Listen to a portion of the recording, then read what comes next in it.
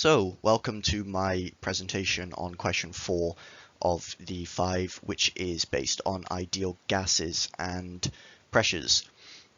So, moving into the first question, a sample of 255 grams neon gas occupies 3 decimeters cubed at 122 Kelvin.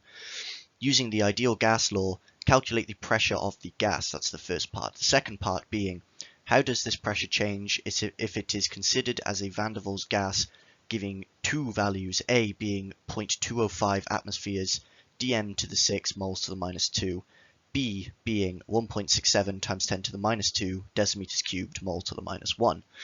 So for the first part of the first question, we will be using the essential equation for gas law, PV equals nRT, P being pressure, V being volume, N being number of moles, R being the molar gas constant, which is 8.314, and temperature, which is already in Kelvin as required.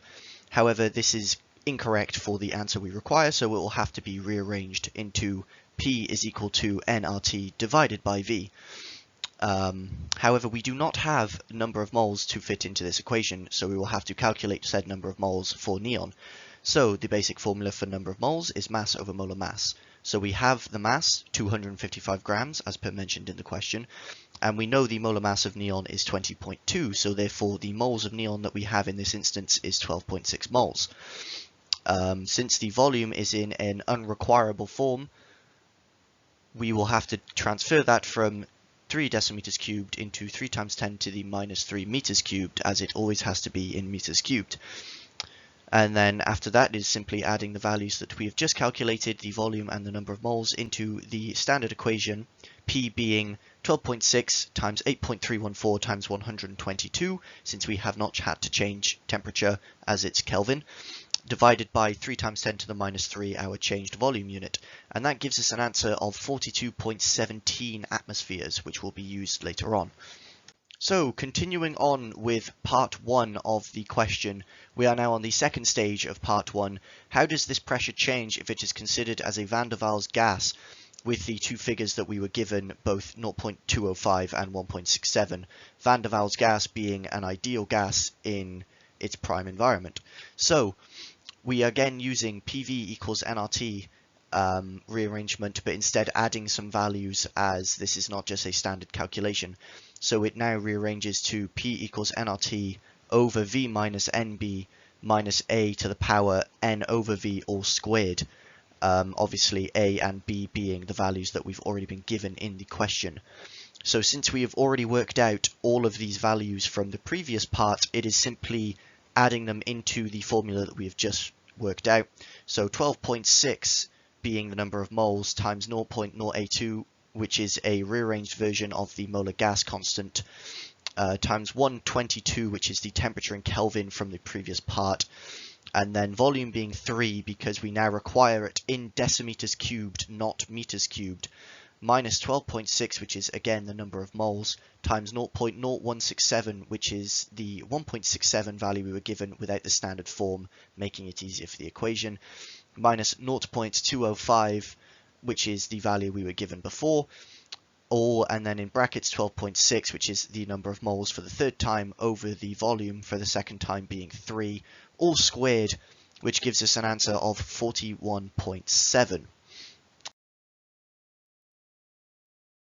So, carrying on with our question, we are now on part 2, which states that 40 grams of helium gas is then added to the neon gas in the flexible container without changing temperature or pressure, so same conditions.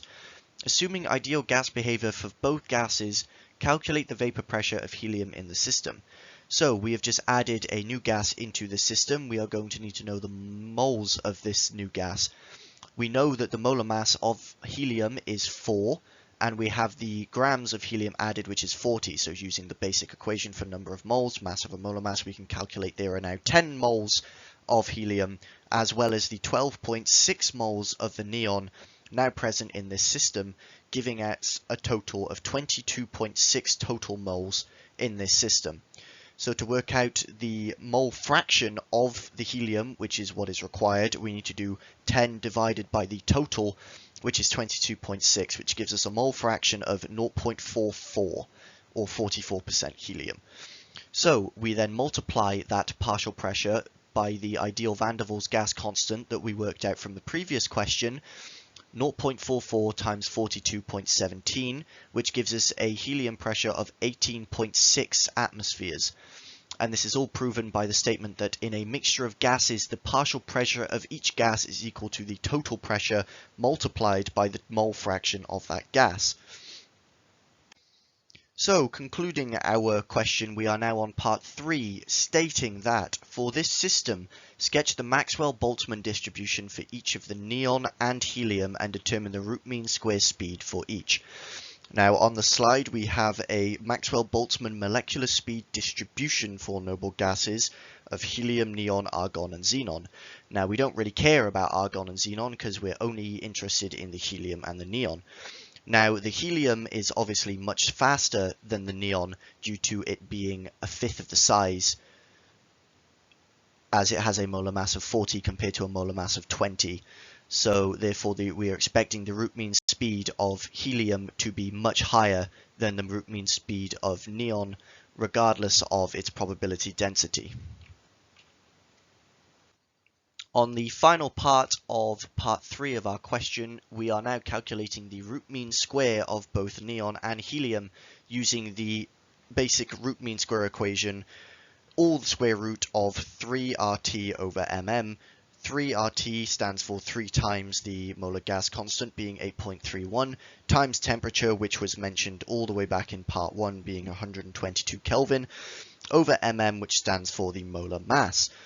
Now, R obviously represents molar gas constant, 8.31, and the denominator is the molar mass of the element being equated, whether it be neon or helium.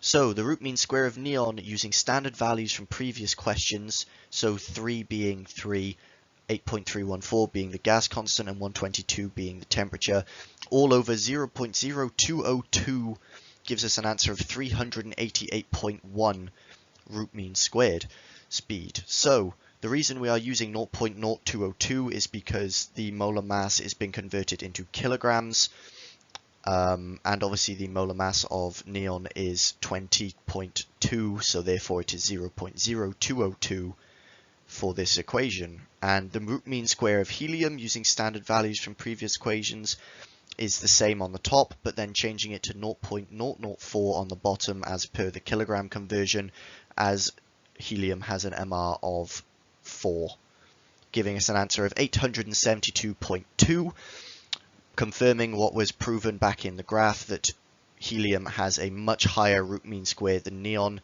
due to it being a lot smaller of a molecule. Thank you very much for watching. I hope this helped answer your question.